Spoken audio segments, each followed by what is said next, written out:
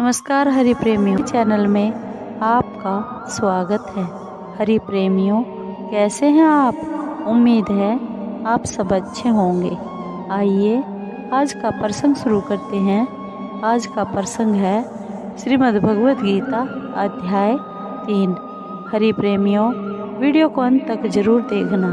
अगर आप चैनल पर नए हैं तो प्लीज़ सब्सक्राइब करें और बेल आइकन को ज़रूर दबाएं ताकि आप तक हमारे सारे नोटिफिकेशन पहुंचते रहे। हरि प्रेमियों, आइए जानते हैं। वास्तव में श्रीमद् भगवत गीता महात्म्य वाणी द्वारा वर्णन करने के लिए किसी की भी सामर्थ्य नहीं है, क्योंकि यह एक परम रहस्यमय ग्रंथ है। इसमें संपूर्ण वेदों का सार संग्रह किया गया है। जो मनुष्य शुद्ध चित्त होकर प्रेम पूर्वक इस पवित्र गीता शास्त्र का पाठ करता है, वह भय और शोक आदि से रहित होकर विष्णु धाम को प्राप्त कर लेता है। जो मनुष्य सदा गीता जी का पाठ करने वाला है तथा प्राणायाम में तत्पर रहता है, उसके इस जन्म और पूर्व जन्मों में किए हुए समस्त पाप निसंदेह नष्ट हो जाते हैं। जल में प्रतिदिन किया हुआ स्नान मनुष्य के केवल शारीरिक मल का नाश करता है, परंतु गीता ज्ञान रूप जल में एक बार भी किया हुआ स्नान संसार मल को नष्ट करने वाला है। जो साक्षात कमलनाथ भगवान श्री विष्णु के मुख कमल से प्रकट हुई है, उस गीता जी का भली भांति गान करना चाहिए, अन्य शास्त्रों के विस्तार से क्या प्रयोजन। जो महाभारत का अमृतोपम सार है तथा जो भगवान श्री कृष्ण के मुख से प्रकट हुआ है, उस गीता रूप गंगा जल को भी पी लेने पर पुनः इस संसार में जन्म नहीं लेना पड़ता। आइए सुनते हैं गीता अध्याय 3। अर्जुन बोले, हे जनार्दन, यदि आपको कर्म की अपेक्षा ज्ञान श्रेष्ठ मान्य है तो फिर हे केशव, मुझे भयंकर कर्म में क्यों लगाते हैं? आप मिले हुए से वचनों से मेरी बुद्धि को मानो मोहित कर रहे हैं। इसलिए उस एक बात को निश्चित करके कहिए जिसमें मैं कल्याण को प्राप्त हो जाऊं। श्री भगवान बोले, हे निष्पाप, इस लोक में 2 प्रकार की निष्ठा मेरे द्वारा पहले कही गई है। उनमें से सांख्य योगियों की निष्ठा तो ज्ञान योग से और योगियों की निष्ठा कर्म योग से होती है। मनुष्य न तो कर्मों का आरंभ किए बिना निष्कर्मता को यानी योग निष्ठा को प्राप्त होता है और न कर्मों के केवल त्याग मात्र से सिद्धि यानी सांख्य निष्ठा को प्राप्त होता है।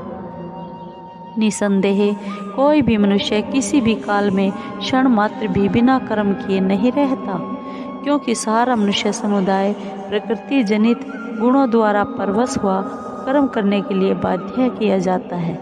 जो मूढ़ बुद्धि मनुष्य समस्त इंद्रियों को हठपूर्वक ऊपर से रोककर मन से उन इंद्रियों के विषयों का चिंतन करता रहता है, वह मिथ्याचारी अर्थात दंभी कहा जाता है। किंतु हे अर्जुन, जो पुरुष मन से इंद्रियों को वश में करके अनासक्त हुआ समस्त इंद्रियों द्वारा कर्म योग का आचरण करता है, वही श्रेष्ठ है।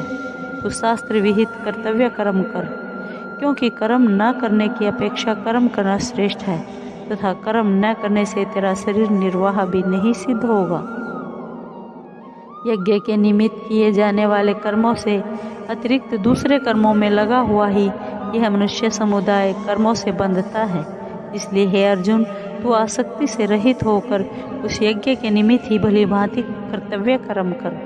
प्रजापति ब्रह्मा ने कल्प के आदि में यज्ञ सहित प्रजाओं को रचकर उनसे कहा कि तुम लोग इस यज्ञ के द्वारा वृद्धि को प्राप्त हो, और यह यज्ञ तुम लोगों को इच्छित भोग प्रदान करने वाला हो।